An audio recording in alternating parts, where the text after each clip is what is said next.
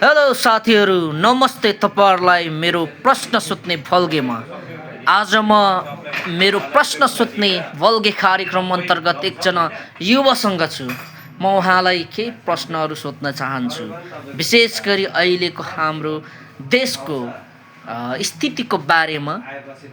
अरू बारेमा उहाँलाई म सोध्न चाहन्न, किनभने उहाँ एउटा युवा हुनुहुन्छ, यो देशमा बसिराख्नु भएको छ। तर देश भने एकदमै जटिल अवस्थामा छ अहिले। उहाँको बुझाइमा देश र देशको अवस्था को बारेमा चाहिँ उहाँ जस्तो युवाले के सोच राख्नुहुन्छ त, यो विषयमा दुई चारवटा प्रश्न सोध्न चाहन्छु। सर, तपाईँलाई स्वागत छ। धन्यवाद नेहा भाइ। हजुरको आफ्नो परिचय बताइदिनुहोस् न छोटकरीमा। नमस्ते, म किरण राई। मेरो घर भोजपुर, हाल चाहिँ काठमाडौँ। अहिले चाहिँ म युटरीमा छु। हजुर हजुर। व्यक्तिगत रूपमा तपाईँ के गर्नुहुन्छ? म त एउटा खेलाडी हो। हजुर हजुर। खेलकुद पेसामा आबद्ध छु। हजुर हजुर। मेरो बच्चादेखिकै यो चाहिँ एउटा पेसन। हजुर हजुर। भनेपछि तपाईँ व्यक्तिगत हिसाबले अहिले खेलाडी हुनुहुन्छ? म खेलाडी। खेल क्षेत्रमा लाग्नु भएको कति भयो? 15-16 वर्ष भयो। धेरै वर्ष भएको छ। त्यसो भए कुन खेल चाहिँ यहाँले खेल्नुहुन्छ, त्यो पनि अलिकति खुलाइदिनुहोस् न।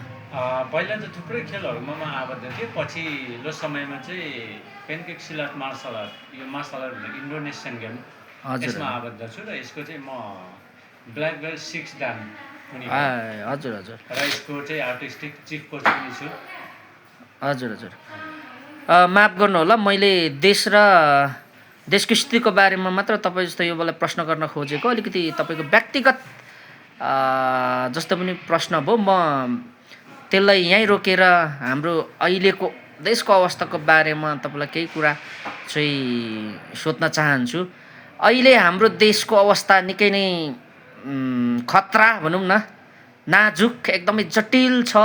अब यस्तो अवस्थामा चाहिँ तपाईँ के भन्नुहुन्छ? कस्तो खालको अबको सरकार चाहिँ बन्नुपर्छ यो देशमा, अथवा अबको देशलाई चलाउने नेतृत्व चाहिँ कस्तो खालको चाहिँ हुनुपर्छ भन्ने तपाईँको चाहिँ बुझाइ के छ?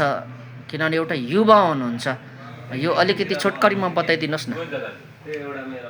हाम्रो देशमा अझै पनि चाहिँ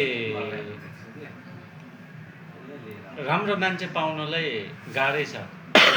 अझै पनि कति वर्ष जन्मिँदैन।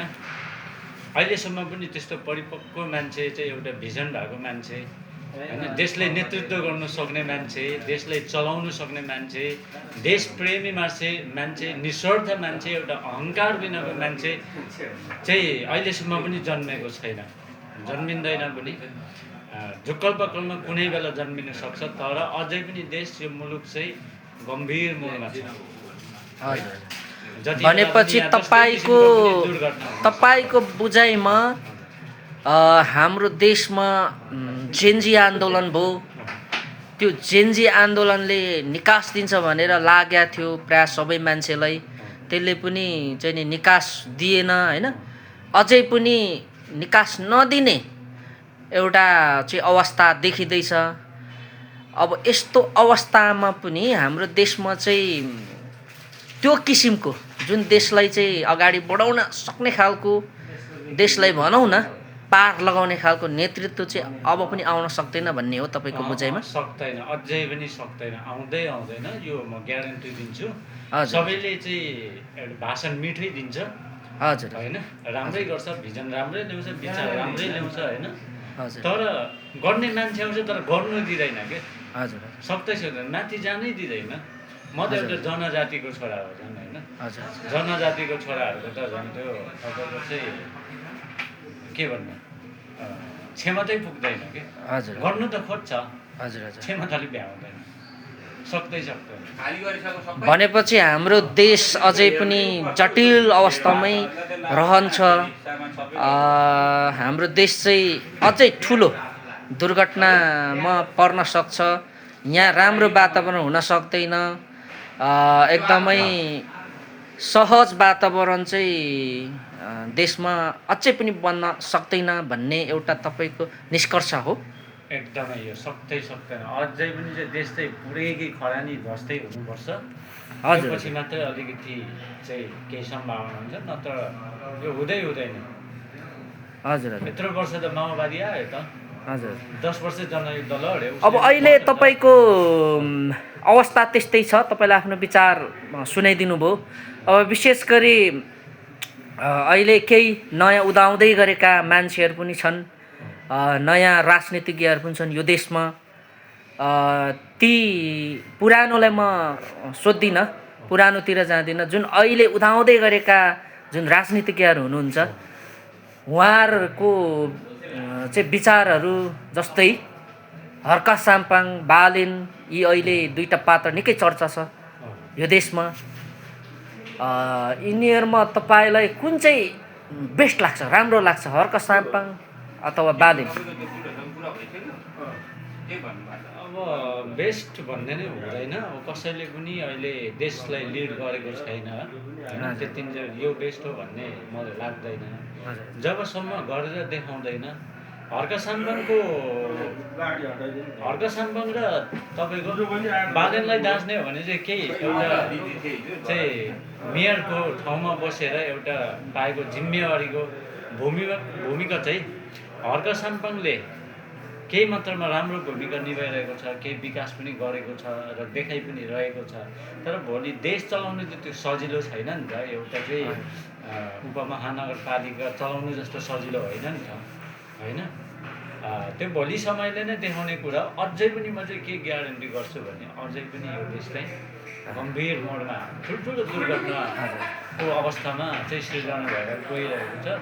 त्यही नै हो। भनेपछि तपाईँको आफ्नो बुझाइमा एउटा युवा भएको हिसाबमा यो देशमा जन्मिनु भएर यही देशमा रहेर अहिलेसम्म यही देशमा बसिराख्नु भएको हुनाले अहिले यो समयसम्म यो उमेरसम्म तपाईँ आइपुग्दासम्म र जुन अहिलेको हाम्रो देशको अवस्थाहरूलाई हेर्दा समग्र रूपमा तपाईँको आफ्नो बुझाइमा चाहिँ हाम्रो देश चाहिँ तपाईँको खासै त्यस्तो राम्रो स्थितिमा छैन, काम गर्ने वातावरण छैन, गरी खाने वातावरण छैन, जटिल छ, समस्या नै समस्या छ, एकदम चाहिँ नि देशको हालतै खराब छ भन्ने आदि इत्यादि कुराहरू होला होइन त सर? अहिले हेर्ने हो भने हर्का साम्पाङलाई चाहिँ एउटा सियोको नाथ्रीबाट चाहिँ उठलाई छिर्नु जति गाह्रो हुन्छ नि त्यस्तै गाह्रो एउटा सङ्घर्षमा हुनुहुन्छ होइन। अब उहाँलाई राम्रो गर्छु भन्ने मान्छेलाई हामीले साथ पनि दिनुपर्छ। तर अहिलेको यो अवस्था हेर्ने हो भने अझै पनि उहाँलाई पनि माथि जानु चाहिँ हुन्छ सर। अब हामी अन्तिम समयमा छौँ। अब तपाईँलाई एक दुईवटा मात्र प्रश्न गर्न चाहन्छु, दुईटा। यो देशमा तपाईँको अहिलेको अवस्थामा काम गर्ने वातावरण चाहिँ कतिको देख्नुहुन्छ त्यो बताइदिनुहोस् न। यो देशमा हजुर काम गर्ने वातावरण त्यस्तो छैन। गर्न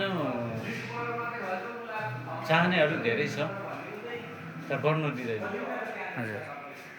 भनेपछि तपाईँहरू जस्तो युवामा एकदम निराशा छाएको भन्ने कुरा हो? एकदमै अझै पनि म सम्भावना देख्दिनँ। लस्, तपाईँले समय दिनुभयो त्यसको लागि धन्यवाद छ।